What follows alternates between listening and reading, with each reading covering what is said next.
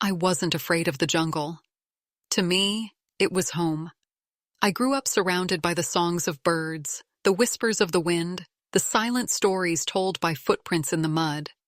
Every morning, the golden sunlight would spill through the thick canopy, painting patterns on the ground as I walked barefoot along the narrow trails, feeling the cool earth beneath my feet. The air always smelled of damp leaves and wild flowers, a scent so familiar it felt like a part of me. I knew the jungle's rhythm, the way the trees swayed before the rain, the distant calls of howler monkeys at dawn, the rustling of unseen creatures moving in the undergrowth. My father, a wildlife researcher, taught me that every creature has a language of its own, if you listen closely enough. He would kneel beside me in the soft soil, tracing the shape of a paw print with his fingers, explaining how a jaguar had passed by just hours before. He showed me how to recognize different bird calls, how to sit still enough for a butterfly to land on my arm. He told me that animals don't just see humans as strangers, they see us as part of their world, as long as we respect theirs. I believed him. I believed that if I could understand their language, I could understand their hearts. But I never imagined that one day, one of them would understand mine. My days were spent wandering through the jungle, where every tree, every sound, and every shadow felt like an old friend. I knew the safest paths to take, the hidden streams where the water was the clearest, and the trees that bore the sweetest fruit. I wasn't afraid, because the jungle wasn't just a place. It was a living, breathing world, and I was a part of it. My father always said that nature had a way of embracing those who respected it, and I believed him. He had spent years studying the wildlife here, moving quietly among the trees, observing without disturbing. He taught me that the jungle was not just home to humans, but to creatures whose stories were far older than ours. I would sit beside him in the evenings, watching as he flipped through his worn-out notebooks, filled with sketches and notes about the animals he had encountered. Some pages had delicate drawings of birds in mid-flight. Others had detailed markings of animal tracks, each one telling a story of where they had been and where they were going. Among all the creatures of the jungle, there was one that fascinated me the most, the gorillas. I had only seen glimpses of them from afar, moving like silent shadows through the trees. They were powerful, yet graceful, their dark eyes filled with something I couldn't quite explain. My father told me they were intelligent, capable of emotion, of love, and of loss, just like us. But they were also cautious, keeping their distance from humans, as if they knew the dangers we could bring. I longed to see one up close, to understand the world through its eyes, but I knew better than to go looking for them. They were the kings of the jungle, and I was just a visitor in their realm. Still, something inside me always wondered, what would it be like to stand face to face with one? To look into its eyes, not as a stranger, but as something more. One afternoon, as I wandered deeper into the trees, I felt an unfamiliar stillness in the air. The usual sounds of the jungle, chirping birds, buzzing insects, the distant calls of monkeys, had faded into silence. It was the kind of quiet that made my skin tingle, like the jungle itself was holding its breath. I stopped, listening, my heart pounding just a little faster. And then I heard it. A deep, heavy sound, almost like a sigh, coming from somewhere ahead. It was unlike anything I had ever heard before. Low, steady, powerful. My fingers gripped the strap of my bag as I took a cautious step forward, my feet sinking softly into the damp earth. The sound came again, closer this time. I wasn't sure if it was fear or curiosity that kept me moving, but something inside me knew that whatever was waiting for me beyond those trees was about to change my life forever. The jungle felt different now. Every step I took was slower, every breath quieter, as if I was afraid of disturbing something sacred. The sound was coming from just beyond the thick curtain of leaves in front of me. I hesitated for a moment, my fingers brushing against the rough bark of a nearby tree, grounding myself. Then, carefully, I pushed the leaves aside. My breath caught in my throat. There, just a few feet away, lay a massive figure, partially hidden in the shadows. His dark fur rose and fell with each deep breath, his powerful arms resting on the ground. He wasn't just any animal. He was a gorilla, and he was hurt. For a moment, all I could do was stare. He was larger than I had imagined, his muscles rippling beneath his thick coat, his face framed by a strong brow and deep, intelligent eyes. But those eyes weren't filled with power or dominance like I had expected. They were filled with pain. His left arm was twisted at an unnatural angle, a fresh wound streaked with dirt and dried blood. I should have turned back. I should have remembered every warning my father had ever given me. But instead, I stepped closer. His dark eyes flickered toward me, and I froze. For a second, neither of us moved. My heart pounded so loudly I was sure he could hear it. I didn't know if he would charge, if he would see me as a threat, but something in his gaze held me there. He was watching me, studying me, just as I was studying him. Slowly, carefully, I lowered myself to the ground, making myself small. I didn't reach for him. I didn't speak. I just sat there, letting him see that I wasn't a danger, letting him decide what would happen next. Minutes passed, stretching endlessly between us. He shifted slightly, wincing as pain shot through his injured arm. I felt an ache in my chest. He was vulnerable, alone, and for some reason, he hadn't tried to scare me away. Maybe, just maybe, he knew I wasn't here to hurt him. I reached into the small bag slung over my shoulder and slowly pulled out a piece of fruit, soft, ripe, something that might bring him a little comfort. I placed it gently on the ground between us and leaned back, my hands resting on my lap. Then, I waited. His nostrils flared as he caught the scent, but he didn't move right away. He looked at me again, his dark eyes searching, questioning. Then, with slow, deliberate movements, he reached out. His massive fingers curled around the fruit, lifting it to his mouth. He chewed slowly, his gaze never leaving mine. A silent understanding passed between us in that moment. I had given him something, trust, kindness, maybe even a promise, and he had accepted it. I didn't know it then, but that moment, that single act of trust, was the beginning of something neither of us could have expected. It was the beginning of a friendship that would change everything. The days that followed were unlike anything I had ever experienced. Every morning I found myself drawn back to the same place, the same spot where he had first accepted my offering.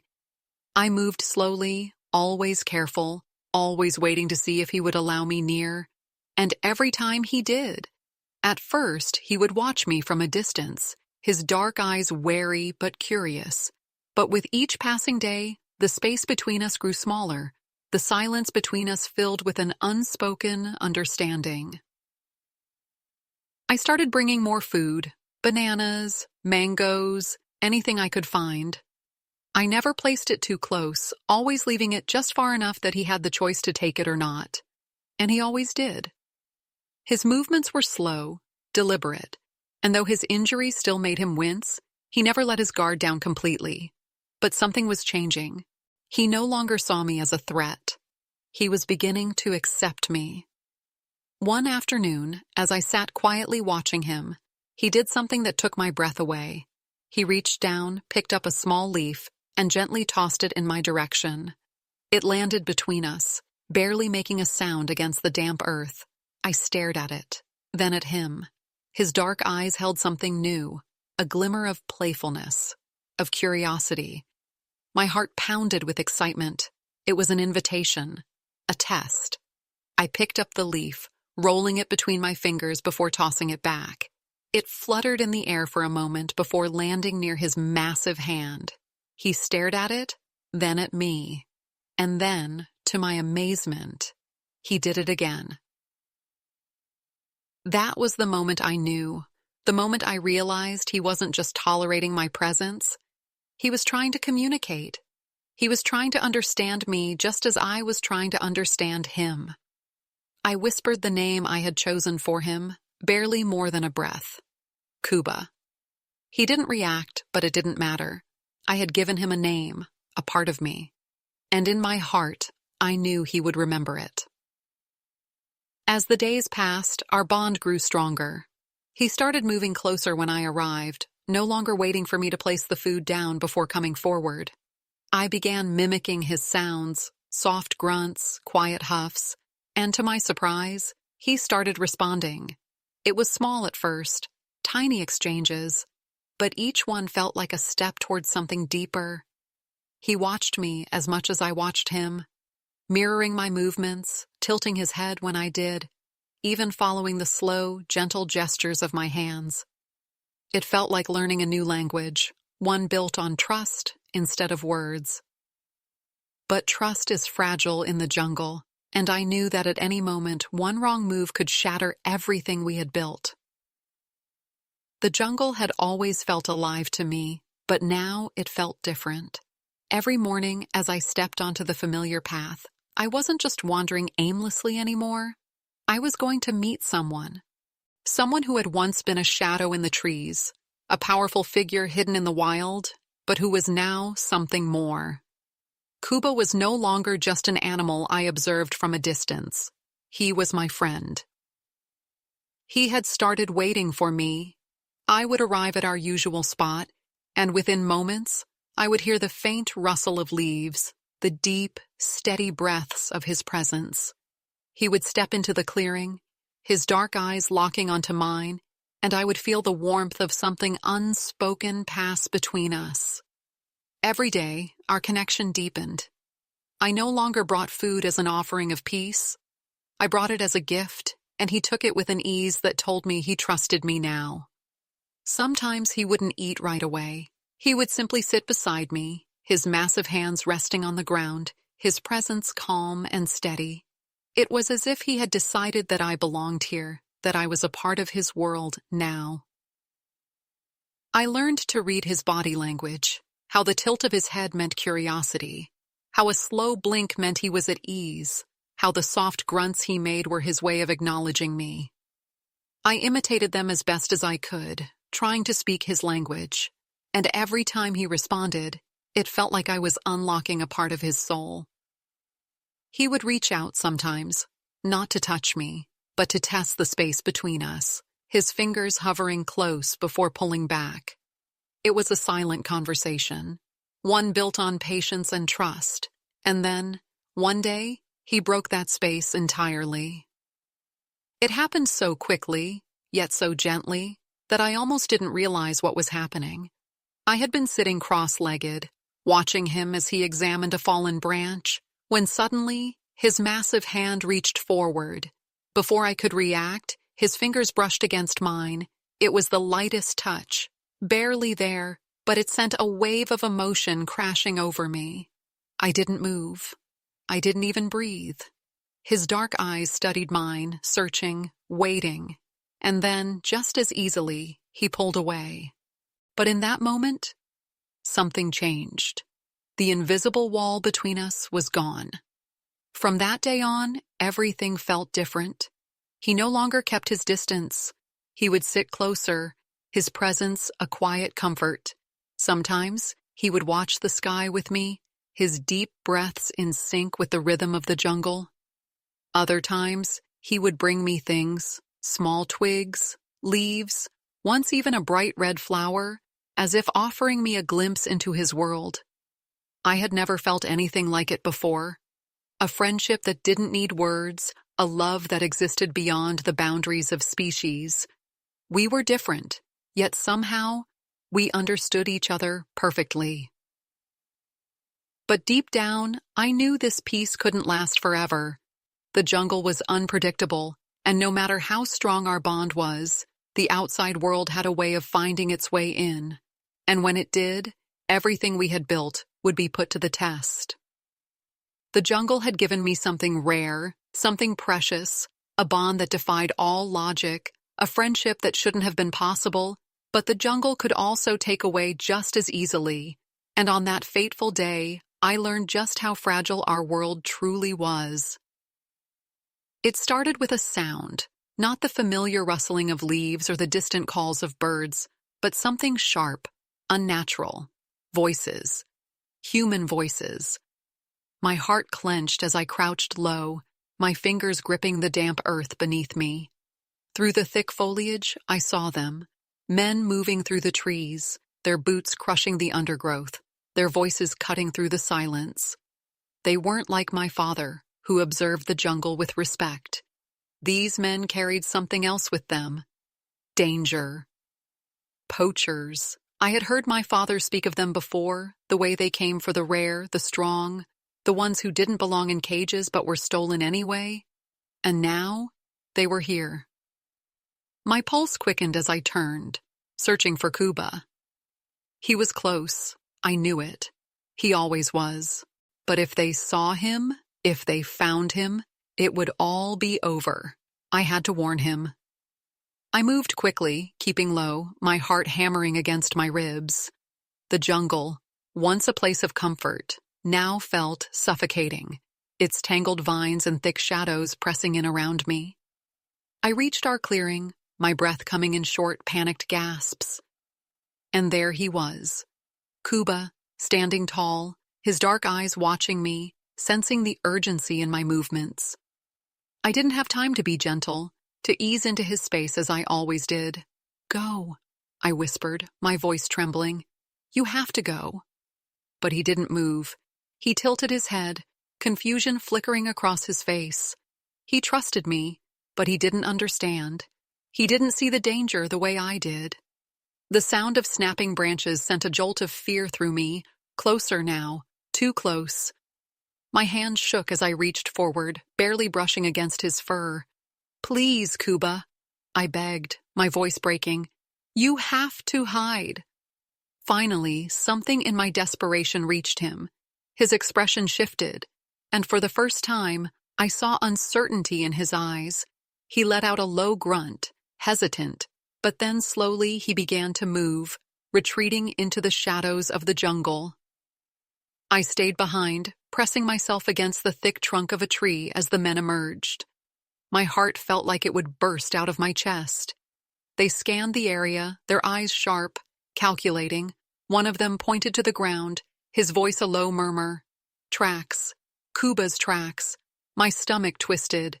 If they followed them, if they found him, I couldn't let that happen. Before I could think, before fear could stop me, I stepped out. "You're not supposed to be here," I said, my voice steadier than I felt. The men turned, surprised to see a girl standing alone in the jungle. One of them narrowed his eyes. "And what about you, little one? Should you be here?" I didn't flinch. "This is protected land," I lied. "My father is a researcher. He knows the authorities." It was a gamble, a desperate attempt to buy time. The men exchanged glances, their expressions unreadable. For a moment, the jungle held its breath. Then, without a word, they turned and walked away, their boots crunching against the earth. I stood frozen until the sound of their footsteps faded completely. Only then did I let out the breath I had been holding. My legs felt weak as I turned back toward the trees, searching the shadows. "Kuba," I whispered. Silence. And then, movement. He was there, watching, waiting. Relief flooded through me, but I knew this wasn't over. They had seen his tracks. They would come back. And when they did, I wouldn't always be there to stop them. That night, as I lay awake beneath the canopy of leaves, a painful truth settled over me. I had found something rare, something beautiful. But the world beyond the jungle didn't understand it. And if I truly loved Kuba, if I wanted to protect him, I would have to make the hardest decision of my life. The jungle had always been my refuge, my home. But now it felt different. The presence of the poachers lingered like a shadow, a silent warning that the peace I had known was slipping away. That night, I lay awake, listening to the sounds of the jungle, my mind racing. I had saved Kuba once, but I knew deep down I couldn't protect him forever. If they came back, and they would, I might not be able to stop them next time, and the thought of losing him, of seeing him trapped or worse, was unbearable. The next morning I made my way back to our clearing. My heart was heavy, my steps slower than usual. When I arrived, Kuba was already there, waiting for me.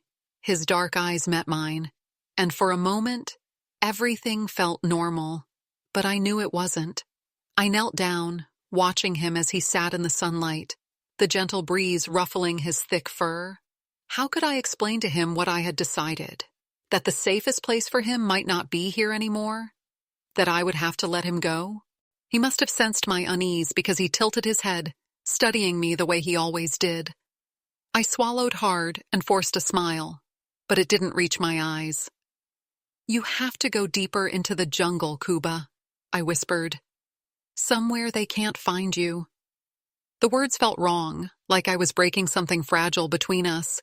He let out a low grunt, shifting slightly, but he didn't move away. He didn't understand. How could he? I had spent all this time building trust, proving to him that I would always be here, and now I was asking him to leave. I reached out, my fingers brushing against his arm, feeling the warmth of his presence one last time. "You'll be safer far away," I murmured, my voice thick with emotion. "You belong in the wild, not near people like them." My chest ached as I said it, because a part of me didn't want to let him go either. For the longest time, he just sat there, his gaze steady, as if he was searching for something in my expression. Then, slowly, he pushed himself up, his massive form rising from the ground. He took a step back, then another. My throat tightened as he turned toward the trees, his powerful arms carrying him away from me. I wanted to call out, to stop him, to take it all back. But I didn't. Because this was what love was, wasn't it? Not holding on too tightly, not keeping someone where they weren't safe, but letting them go when you knew it was right. I stood there, watching as he disappeared into the jungle, the leaves swallowing him whole. The space he left behind felt impossibly empty, like a piece of my heart had been carved out and taken with him. I wiped at my eyes, taking a deep breath. This wasn't the end. It couldn't be. Because even if I never saw him again, I knew, somehow, that he would remember me, just as I would always remember him. And maybe, just maybe, love, true love, was strong enough to cross even the wildest of jungles. Days passed, then weeks. The jungle still felt like home, but it wasn't the same. Every morning, I found myself walking to the clearing, half expecting to see him there, waiting like he always did, but he never was. The space where he used to sit, where we had shared silent conversations, where he had once reached out and touched my hand, it was just an empty patch of earth now. The jungle had taken him back, just as I had asked, but I hadn't realized how much it would hurt. I told myself I had done the right thing. That Kuba was safer now, far beyond where the poachers could reach him, that he was free, where he belonged. But the ache in my chest never left. Some nights, I would close my eyes and hear his deep, steady breaths beside me, the quiet huffs of acknowledgement, the rustling of leaves as he moved. And then I would wake up to silence, to the absence of him. And I would wonder, did he miss me too? One afternoon, I found myself at the edge of the clearing again. I sat on the ground, tracing patterns in the dirt, listening to the sounds of the jungle. The birds still sang, the trees still swayed in the wind. Everything moved forward, just as it always had, just as it always would. But then a sound reached me, a sound so familiar, so unexpected, that my heart nearly stopped. A low, deep grunt, soft but unmistakable. My breath hitched as I lifted my head, my eyes scanning the trees, my pulse thundering in my ears, and then, from the shadows, he stepped forward. Kuba. He was different now. His fur had healed where old wounds had once been. His stance was stronger, more confident. But his eyes, those deep, knowing eyes, were the same. And they were looking at me the way they always had. Like he remembered. Like he had never forgotten. Tears welled in my eyes, but I didn't move, afraid that if I did, the moment would shatter. He took a step closer, then another. And then, just as he had done all that time ago, he reached out, his massive fingers brushing against mine, the briefest, gentlest touch, a breath of connection, of recognition. And I knew. No matter how much time passed, no matter how far he roamed, he would always be a part of me, and I would always be a part of him. I smiled, my heart full in a way I hadn't felt in so long. "I missed you too," I whispered. And for a little while, in the heart of the jungle, we sat together once more, two souls, forever connected, in a love that had crossed even the wildest of distances.